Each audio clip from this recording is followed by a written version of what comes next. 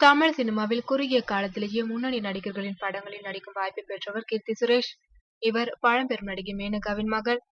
தமிழ் சினிமாவில் அறிமுகமானது ரஜினி முருகன் படத்தில்தான். ஆனால் அதன் பிறகு இவர் நடித்த இது என்ன மாயம் படம் முதலில் வெளிவந்து எதிர்பார்த்த வெற்றியை கொடுக்கவில்லை. இருப்பினும் அதன் பிறகு வெளிவந்த ரஜினி முருகன் கீர்த்தி சுரேஷிற்கு நல்ல பெயரை பெற்று தந்தது. அதைத் தொடர்ந்து தனுஷ் நடிக்கும் தொடரி படத்திலும் நடிக்கும் வாய்ப்பு அவருக்கு கிடைத்துள்ளது. தற்போது விஜய் நடிக்கும் பெயரிடப்படாத படம் ஒன்றிலும் இவர்தான் கதாநாயகி. இப்படி குறுகிய காலத்திலேயே முன்னணி நடிகர்களின் படங்களில் நடித்து வரும் கீர்த்தி சுரேஷ் தான் நடிக்கும் படங்களில் சொந்த குரலேயே டப்பிங் பேசி வருகிறாராம்.